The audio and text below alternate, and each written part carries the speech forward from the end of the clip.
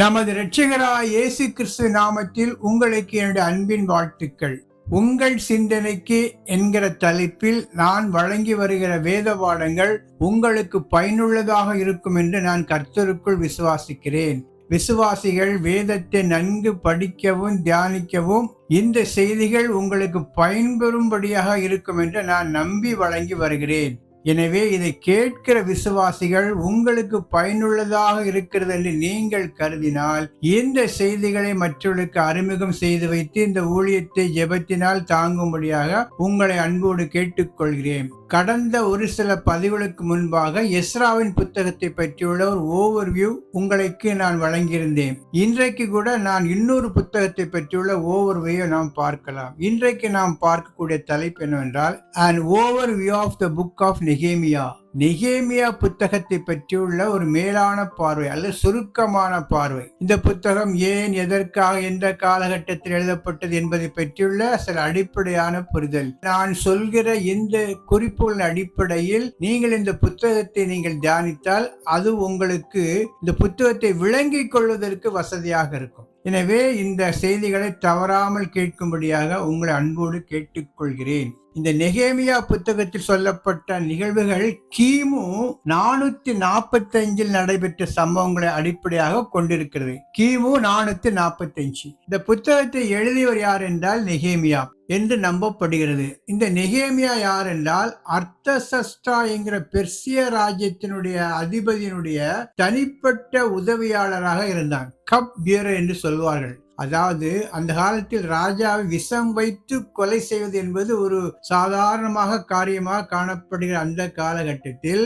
அரசனுக்கு நம்பிக்கையானவர்களை நியமித்து அரசனுக்கு சாப்பிடுகின்ற எல்லா உணவையும் தான் சாப்பிட்ட பிறகுதான் அரசனுக்கு கொடுப்பது வழக்கம். அந்த அளவுக்கு நம்பிக்கையான ஒரு இடத்தில் நெகேமியா காணப்பட்டான். அவனுடைய காலத்தில் நடந்த சம்பவங்களை தான் இந்த புத்தகத்தில் பார்க்கலாம்.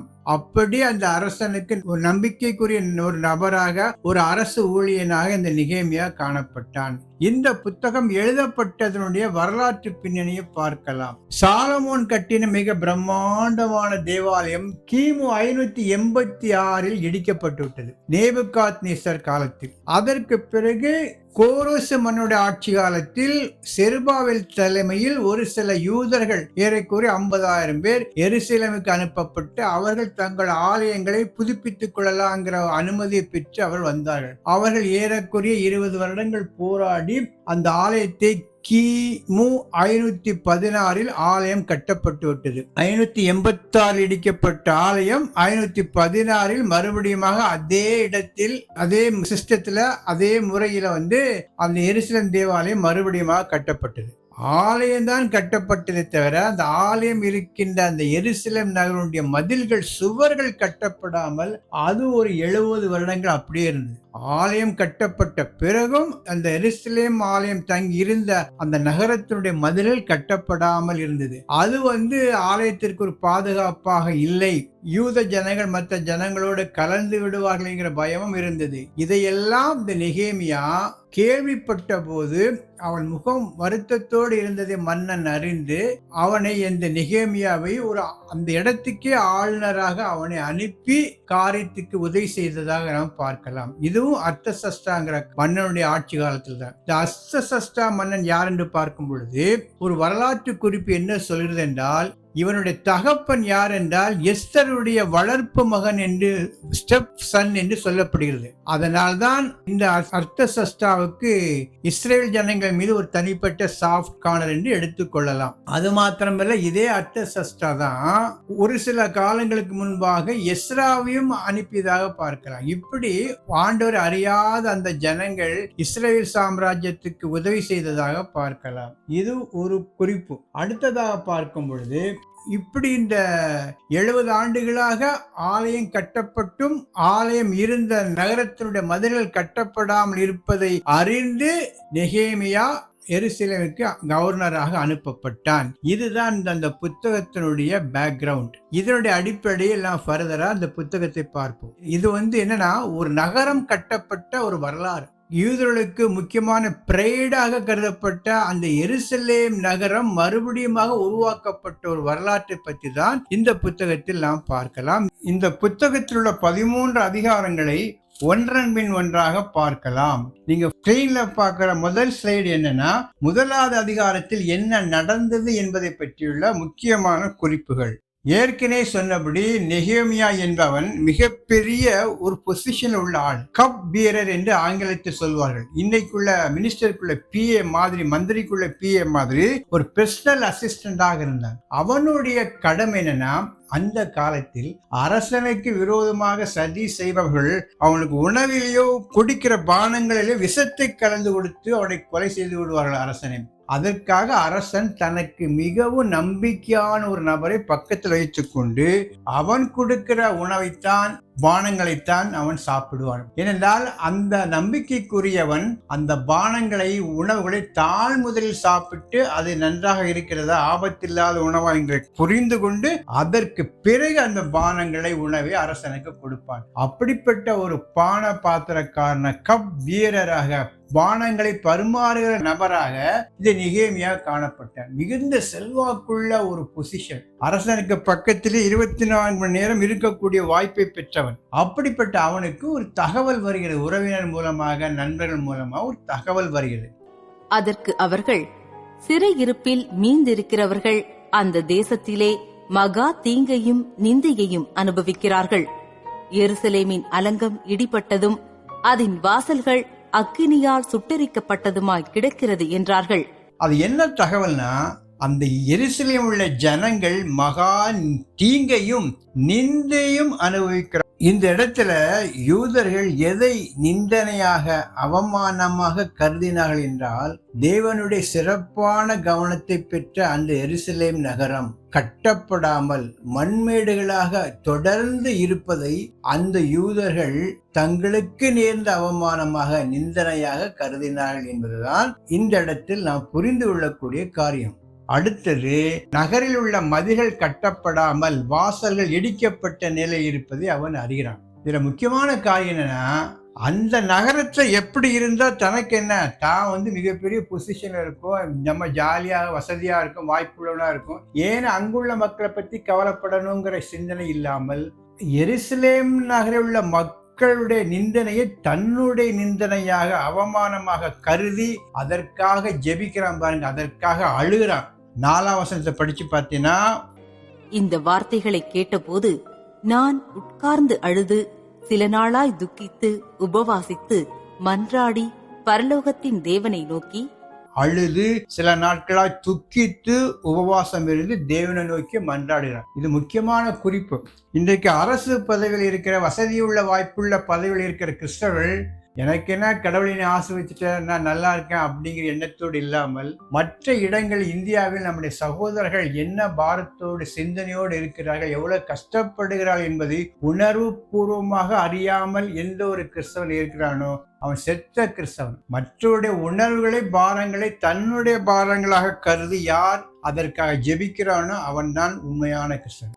அப்படியாகத்தான் அன்றைக்கு நெகேமியா அந்த பாரங்களை, அந்த நிந்தனை தன்னுடைய நிந்தனையாக கருதி ஆண்டவரிடம் மன்றாடுகிறார். அந்த ஜெபம் என்பது 5ஆவது வசனத்திலிருந்து 11ஆவது வசனம் வரைக்கும் இருக்கும். இந்த ஜெபத்துல முக்கியமான சில குறிப்புன்னா, அவன் அந்த இஸ்ரவேலோட பாவங்களை தன்னுடைய பாவமாக கருதுகிறான். நாங்கள் பாவம் செய்து விட்டோம், நாங்கள் மீறி விட்டோம் என்று அந்த identified with the sins of the Jews, யூதருடைய பாவங்களை தன்னுடைய பாவங்களாக அடையாளப்படுத்திக் கொள்கிற மிகப்பெரிய மன்றாட்டு ஜெபம். இன்றைக்கு நம்முடைய தேசத்தில் உண்மையான மனமாற்றம் எழுப்ப வேண்டும் என்றால், சபையுடைய பாவங்களை, விசுவாசனுடைய பாவங்களை தன்னுடைய பாவங்களாக கருதி மன்றாடி ஒருவன் ஜெபிக்கும் போது அந்த மன்றாட்டின் ஜெபத்தை கடவுள் ஒருபோதும் தள்ள மாட்டார். அதுதான் ஒரு மன்றாட்டு ஜெபத்தோட முக்கியமான கிளைமேக்ஸ் பாயிண்ட். அடுத்ததாக குறிப்புன்னா, அந்த ஜெபத்துல முக்கியமான ஒரு பாயிண்ட் சொல்றாங்க. நான் மிகப்பெரிய பொசிஷன்ல இருக்கேன், இந்த இடத்தை விட்டு நான் எருசலேமுக்கு போகணும், அதற்கே இந்த அரசாங்கிட்ட பிரசன்ட் பண்ணதுக்கு எனக்கு வாய்ப்பு தாருன்னு சொல்லி அந்த வாய்ப்பை அவன் கேட்கிறான் பாருங்க. 1:11 பார்த்தா, ஆண்டவரே, உமது அடியானின் ஜெபத்தையும் உமது நாமத்துக்கு பயப்பட வேண்டும் என்று விரும்புகிற உமது அடியாரின் ஜெபத்தையும் உமது செவிகள் கவனித்திருப்பதாக.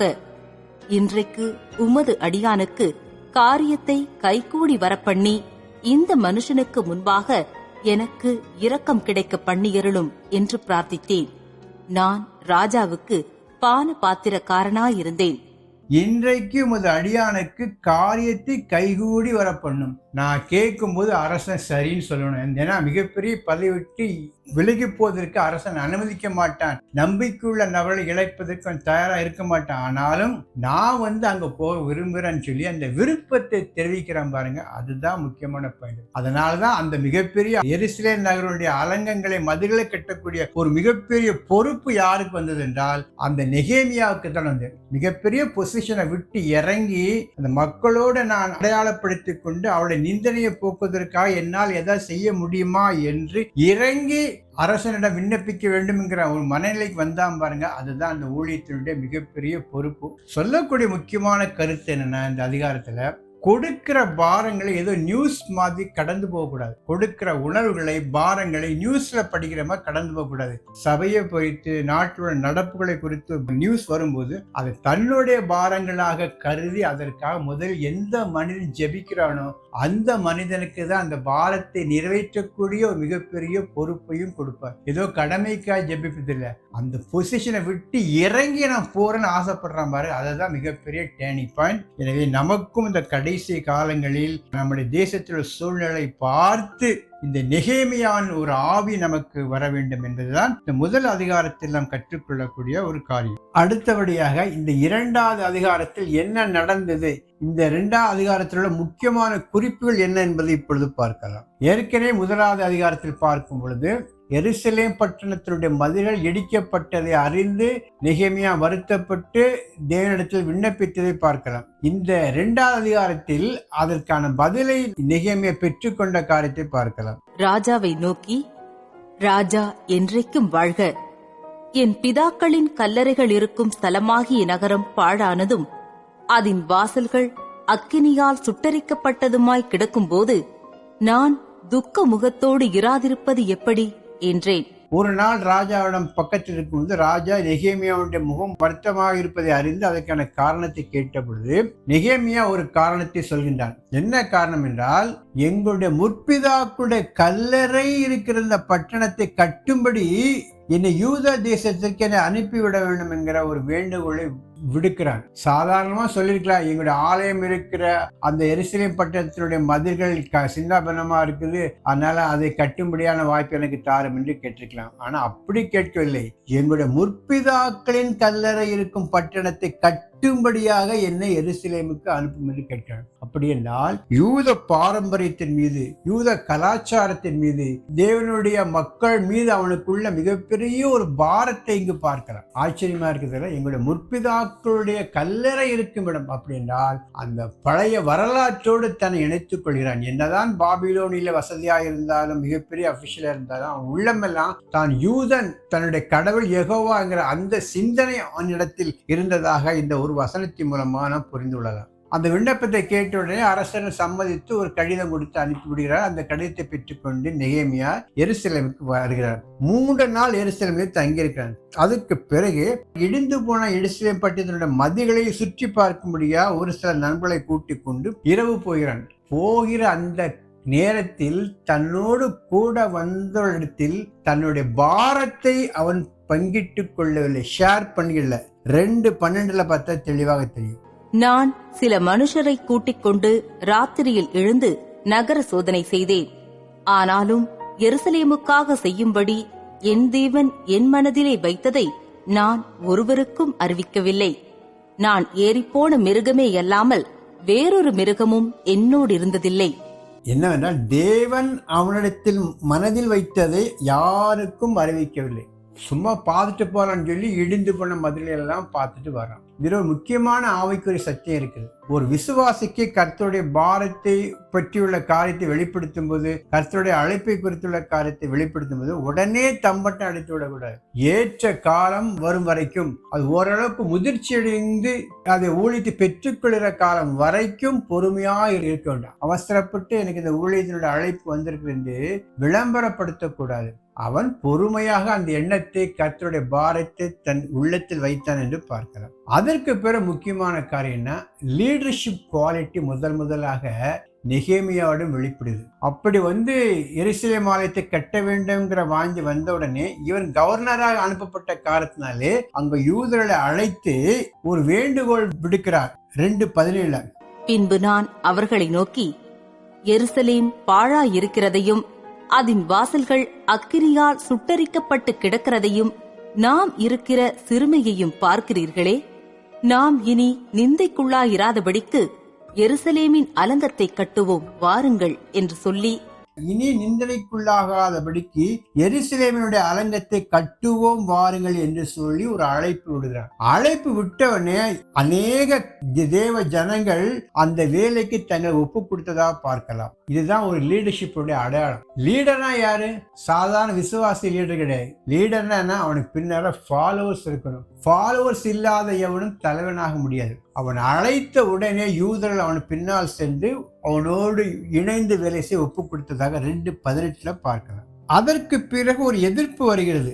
சன்பலாத்து போன்ற எதிரிகள், நீங்கள் இந்த மாதிரி நகரத்தினுடைய மதில்களை கட்ட ஆரம்பிப்பது என்பது ராஜ்யத்துக்கு விரோதமாக கலகம் செய்கிறீர்கள் என்கிற குற்றச்சாட்டு சொன்ன போது அதற்கு நெகேமியா ஒன்று ஆர்கியூமெண்ட்லாம் பண்ணாம, எங்களுக்கு பரலோகத்தின் தேவனானவர் எங்களுக்கு காரியத்தை கூடி வர பண்ணுவார் என்பதை மட்டும் சொல்லிவிட்டு அதற்கு மேல் அவனோடு எந்த ஆர்கியூமெண்ட்டும் பண்ணவில்லை. இந்த அதிகாரத்தில் உள்ள முக்கியமான ஒரு கீ வேர்டு எதுனா தேவனுடைய தயவுள்ள கரம் என்கிற வார்த்தை. 2 இடங்கள் அது வருகிறது. 2:18, 2:8.